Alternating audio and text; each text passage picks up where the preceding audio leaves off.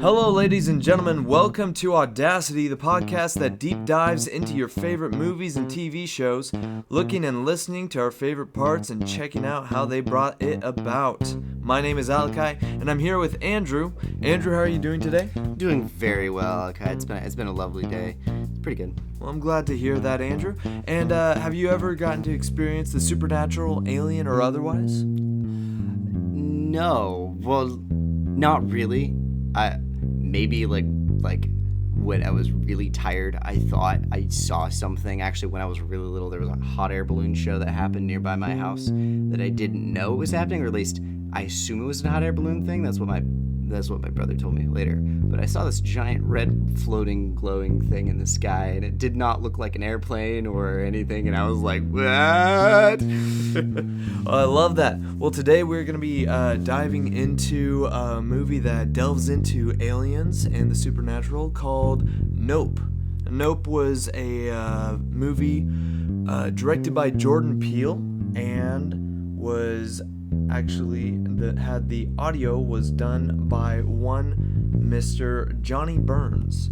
And so we'll just jump right into it here. Let's dive in.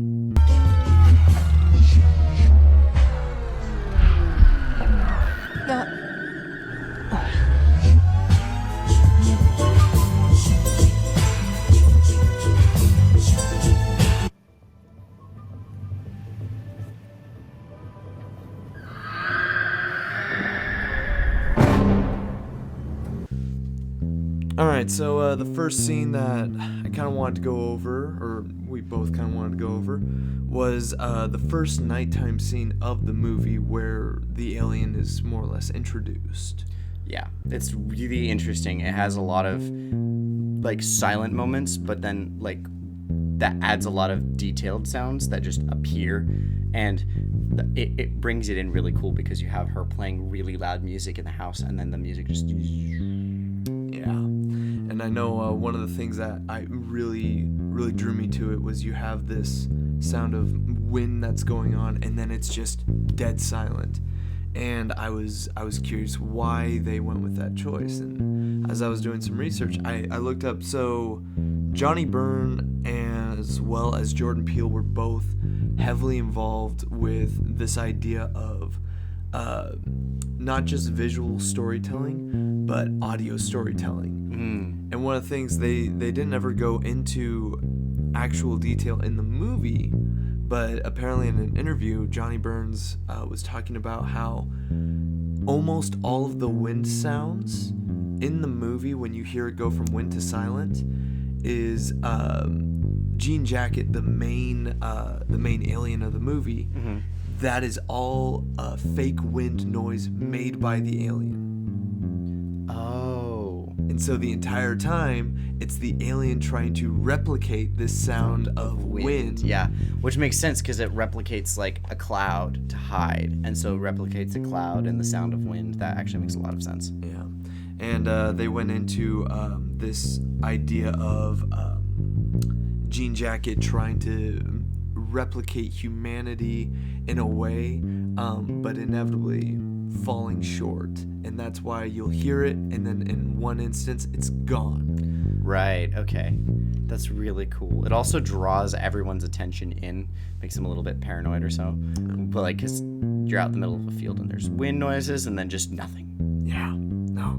And I love the concept, because you'll hear it go out, and that's when you see Jean Jacket moving along the skyline. Yeah, once he can't keep up the facade anymore, it like goes away. You're like, oh, that's what it is. Yeah, it's a giant alien flat creature thing. Oh, and it did phenomenally with it.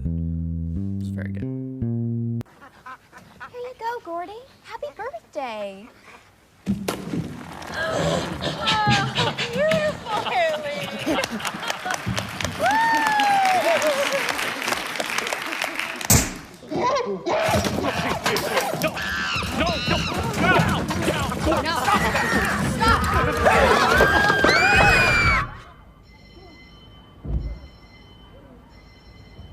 The television show. The television show. That was so... Okay, so the big, like, opening with it draws everyone's attention because it's it's very related to the story, but it's related, like, it's an offset. So opening the movie with the sound from that draws everyone's attention, and I think immediately, like, when you have just a conversation of people and you don't have context at all, it's very intriguing. And so then when you bring it back, it helps everyone, like, go, oh, I've seen that before, and it, like, makes the audience kind of, like, together, like, do, like, a realization. But also just the sound inside that, like, from the balloons popping to, like, the sound effects of each individual character's voice and tone sounding like it's coming from an old machine at first, and then when it cuts to actually being on the set, how the sound effects don't sound so fake anymore, they sound realistic. It's so cool. No, and even one of the first times when Jupe, the kid from the show, is talking to them about how an SNL sketch was being done about it, you can actually, as you go back, and he's talking about it in this very positive light, and then it does a quick shift over to when he's under the table as a kid, hiding from the monkey. You can hear the sound just, like, cut out to, like, just nothing. Yeah. And, I have to find one of the quotes that Jordan Peele and Burns were talking about in an interview where they were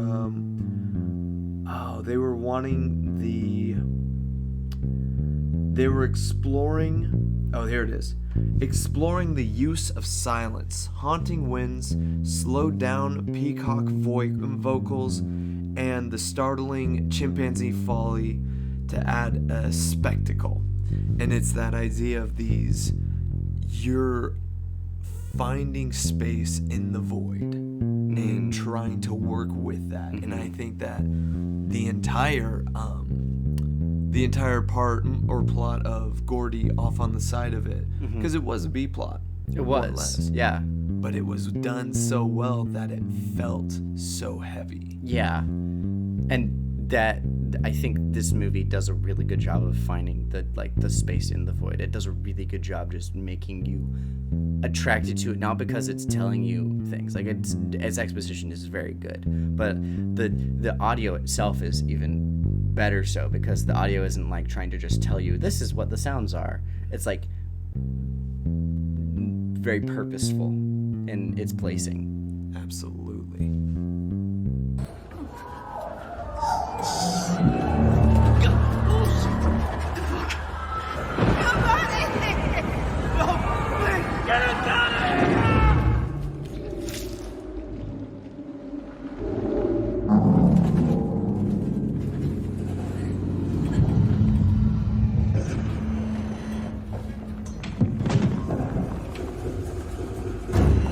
Oh God. Something very bad is happening.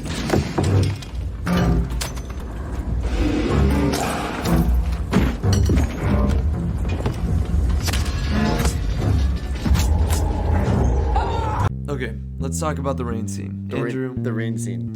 Yeah. Like, the sound, I think I bumped the mic. The sound is really cool, but, like, the cinematography of, like, when he's in the truck looking at the house and you just see the red, like, you can't barely see the house, it's just red in the middle. Yeah. With the, like, walls of rain. It looks so cool. Okay, but when the alien comes over the house, Yeah. there's those moments, it sounds like the audio, like, cuts out almost, but it gets into that, like, what it feels like is your head just got dunked underwater for, like, a couple seconds. Yep. And so it's like a growling noise and then just back out. It's like that sound effect in particular is really detailed and cool, but also the cinematography is very, like, all the different aspects of it make the scene intense, even though it's not action. It's not a lot, but it's very intense in its own right, which is so cool. Well, and even something as simple as, like, what is it when the screaming goes from screams over the house to you hear the crunch and silence, and it's that terrifying sense of, like, oh, and then you, like, hear, like, gulp-ish. Yeah. And then a couple seconds later, you see the blood on the window, and then the things falling from the sky, and you're like, oh, that's what. Oh, that's way more disturbing. Oh yeah. No, and even going over to where he is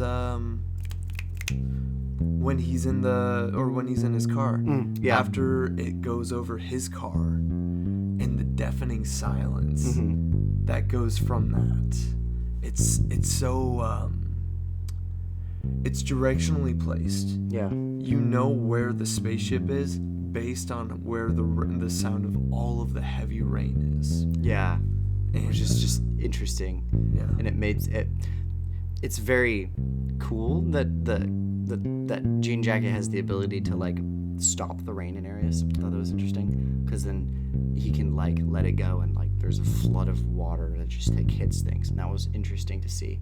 But also at the same time, like the sound of the water changing like added a level of intensity because like pouring rain already is something that can be used in intense emotional scenes because just loud rain is something that you can use like that, but it's the fact that he has the ability to move and control it adds a level of anxiety to either like us with him as he's sitting in the car or like in the house because the rain is not behaving right, and so there's that like it's already anxiety inducing because it's something that adds to stress, but it's like not doing what it's supposed to do, so it's even more so, which is very cool. It gives the audience it gives that level of intensity. And Yeah. even like right before the horse falls on his car, right. it's quiet. And it gives you that like, is something gonna happen? And almost like leaning into the you're, movie, like, like waiting. what's next? going on? Bam. Yeah. Oh, I love it.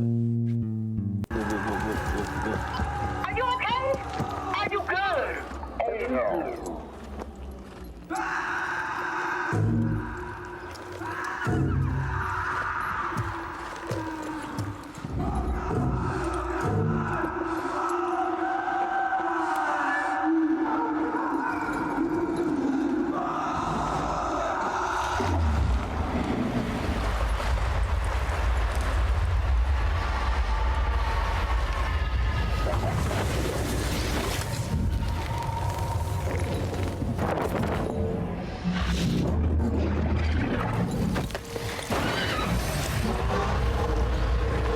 Andrew, this was your first time watching this film.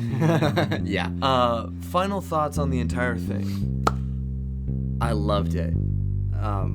It's very, like, intriguing is such a boring word, but I want to say intriguing is the first thing that I think of. Like, alien movies, if you do them right, like if you're gonna pay homage to like Signs or Strange Encounters of the Third Kind, you can't show the alien within the first like 30 minutes of the movie. You can't do that. Like, the audience has to be held in suspense. Like, that is a must. And so this movie did a great job with that. Like, you don't know that it's about aliens if you've never like seen trailers for it. Like, I had no exposure to this film before watching it, so coming into it, I had no idea that there was an alien until like within 15 minutes later after there was a few hints, and those are just related to the story. So I think that was really well.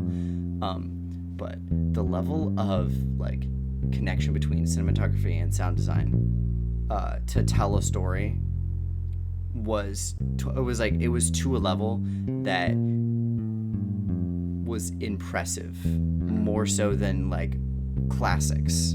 Like, this one is like you know how there's like the I don't know if a lot of people refer to like the silver screen or that anymore. Yeah. But like, this feels like something that's silver screen worthy because it doesn't necessarily have a lot of meat to things immediately, but after 10-15 minutes the story feels very in-depth and there's no issues. Like, I don't feel there's any plot holes in the movie overall, which is really good.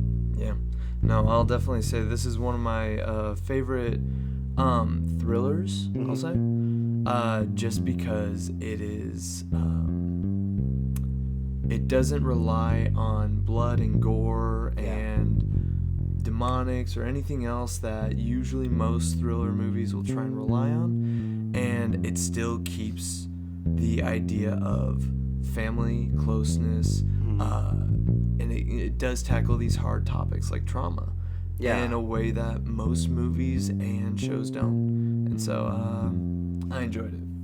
But thank you everybody for listening in on Audacity.